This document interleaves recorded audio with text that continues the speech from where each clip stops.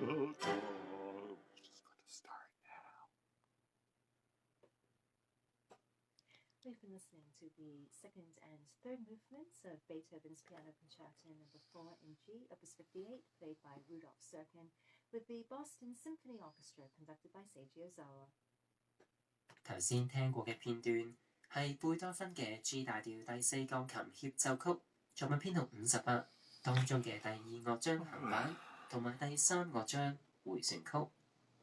為大家彈奏嘅係鋼琴家杜魯夫舒爾健，聯同波士頓交響樂團一同演出，由小澤正義指揮。The time right now is coming up to 32 minutes past 8, and it's a Thursday, and it's time for Film Critic Howard Elias. Good morning. Good morning. Okay, we have two regional films. We're going local, regional today. Okay. Because the big film opening today is Solo, a Star Wars story, and I'm not seeing it until tonight, so I can't review it. Mm-hmm. Well, I suppose I could review it, but I won't. I'll review it next week. Yes. Okay. Now, right, so which film would you like to... Let's start with a Japanese film called The Crimes That Bind, or in Japanese is Inori no Maku ga Oriru Toki. 2 years of university Japanese. Very good. Pleasure. Did I interrupt you? Were you going to say something? No. Oh, okay. This is the second feature film adaptation of a popular TV series called The Newcomer, or in Japanese called Shinzen Mono. Did you know that? Mm-mm. Why not? You should have researched. Apparently... I've got very little information. I have some, but not very a little. lot. Yeah, so apparently it was a 2010 TV series. I think it was 8 episodes, 10 episodes, something like that. Then they made a movie in 2012. I forget the name of the movie. I didn't bother writing it down. And now this is a second movie. So it stars the same actor who's been in all of them. His name is Hiroshi Abe, who apparently was a model back in about 30 years ago. And he turned actor, around 30 years ago. He has since starred in, or appeared in, over 125 movie and TV productions. So he's sort of like the Japanese Andy Lau. Andy Lau was a singer. No, but an actor. Yeah. Yeah, but he was a singer turned actor, so this is a model turned actor. Yeah. So, so it seems the Japanese also like to reboot old TV shows, not just the Americans. They like to also. Now, in the TV series, The Newcomer, Abe plays a police detective by the name of Kyoichiro Kara. And he's called The Newcomer because he's a new police detective. Well, now, much later on, he's in his 50s. He can't exactly be called a newcomer anymore. So they've dropped that name from the title, and they go with The Crimes That Bind. And it's based on a book of a 2013 novel of the same name by Keigo Higashino.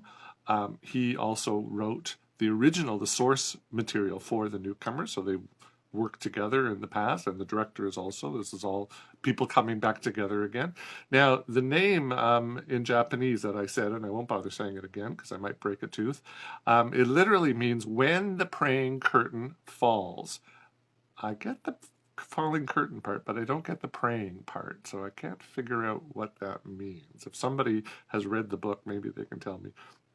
But the story is, now as the film opens, we learn that Michiko Oshitani she's a middle-aged woman from Shiga Prefecture near Kyoto, and she is found strangled to death in a Tokyo apartment. And the apartment's owner, Matsuo Koshikawa, has disappeared. And the young police detective who is assigned to the case can't seem to find any connection between the two people.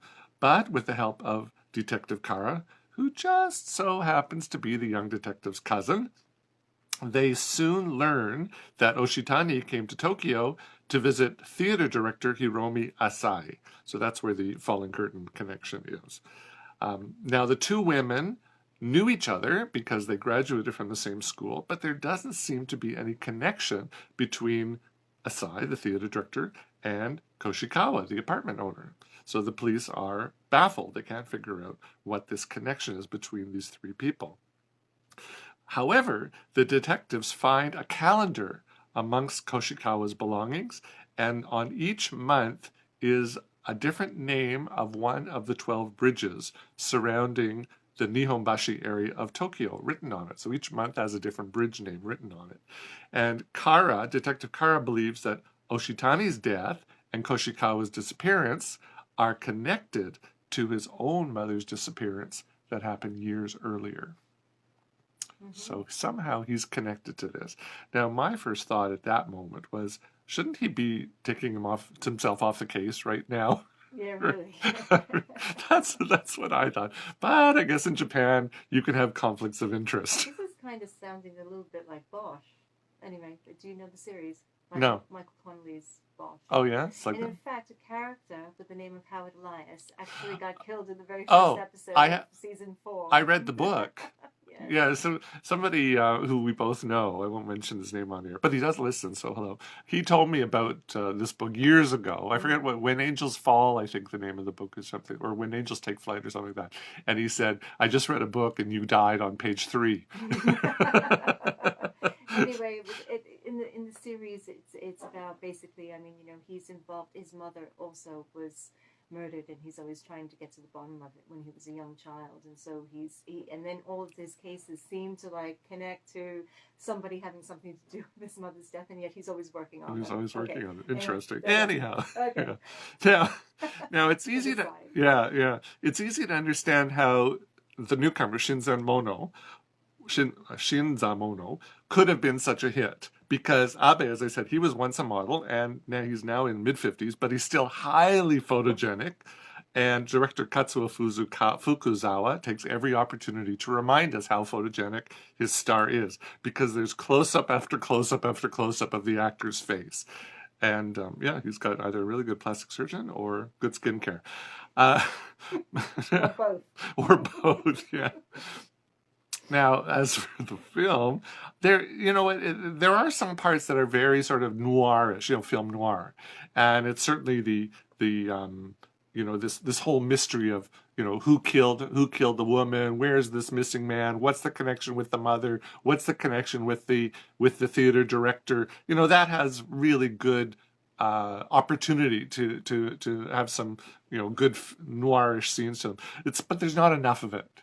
And unfortunately, what ends up happening is as answers get revealed, they get revealed too easily, and we as the viewers, we're not really given the opportunity to play along.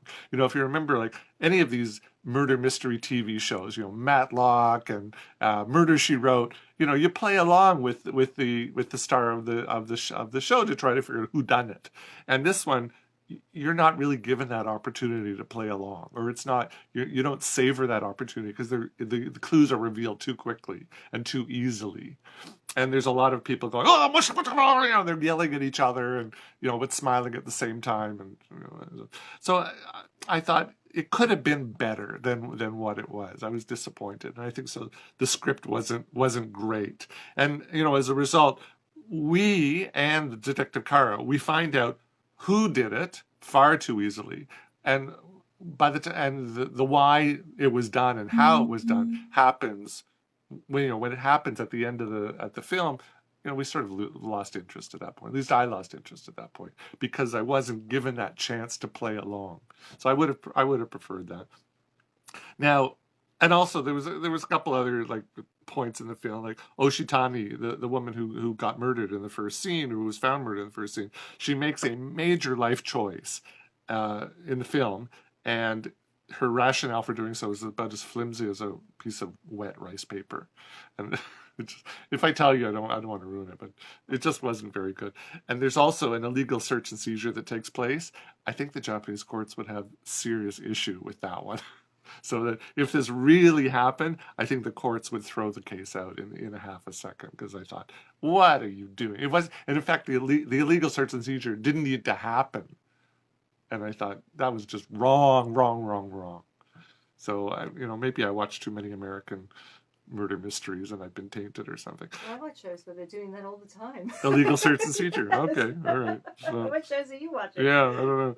So fans of this series will probably be happy to see their handsome hero back on the big screen, but for the rest of us, I thought the film was lightweight. It was too lightweight for what it could have been and what it should have been. So I wasn't really happy about it. A couple years ago, I reviewed another movie called Midnight Diner 2, which is also based on a TV series. I love that one. If they make a Midnight Diner 3, I'll be happy to watch that one any day. So, you know what? It was, mediocre film, not great. Okay. So that opens today. The Crimes That Bind. The Crimes That Bind. Now, next week, there's a lot of films opening. So rather than review 5 films next week, I'm doing a film now that actually opens next week. It's a local film called When Sun Meets Moon, or in Cantonese, and I'm going to screw it up. One of my friends here told me how to pronounce it, Mau Yat, Mau Yut. So I hope I got that right. So it's a romance, local film. And if you've listened to me, as I know you have, Stacey, you know that I'm not a fan of Hong Kong movies. And this is... usually. There are some Hong Kong movies I like, but generally I don't like them. This is one that I really did not like. Now, the name, When Sun Meets Moon, should not be confused with When Harry Met Sally. Although, you know what? Had they done When Sun Met Moon, that might have worked better. It should not be confused about a book about 2 Urdu poets, or even the lake where Taiwanese like to spend their honeymoons. Sun Moon Lake, right? Very beautiful there, Sun Moon Lake. This is the story, When Sun Meets Moon. It's the story of 2 celestial crossed teenage lovers who share an interest in astronomy. It's very interesting that the synopsis, the official synopsis, says they have an interest in astrology. There's a difference between astrology and astronomy, and you would think the people who write the official synopses would know these things, but they didn't. And that's one of the big problems with this film, which I'll get to at the end. Now, the story takes place in 1992, and a heavy rainstorm has caused a massive blackout across Hong Kong. I've been here 26 years. I don't ever recall a blackout here. Do you ever recall having a blackout? I haven't been here as long as you. No, but still, I don't know.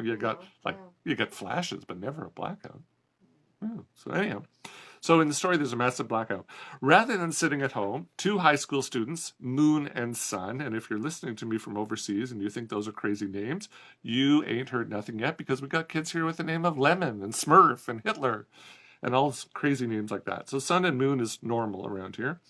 They separately head to a hilltop overlooking the sea, and they meet while stargazing there. Now, Moon lives in a dilapidated housing estate with her single mother who drives a taxi, and she has a passion for writing illustrated stories.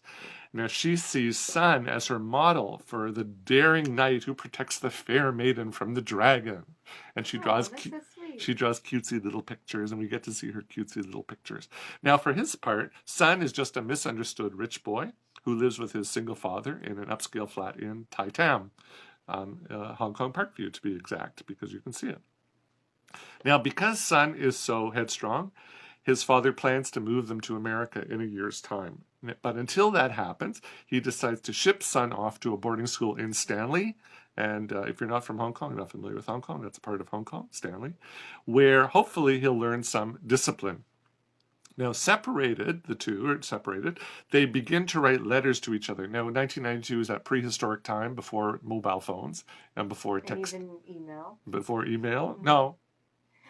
Well, there was email. Yeah. There was email. But a lot of people didn't have it. Yeah, and there was no texting. And in fact, there is one scene where he buys her a beeper and they text that way. And I thought, oh, isn't that cute? I remember those days. Although I never owned a beeper myself. Yeah. Did you have one?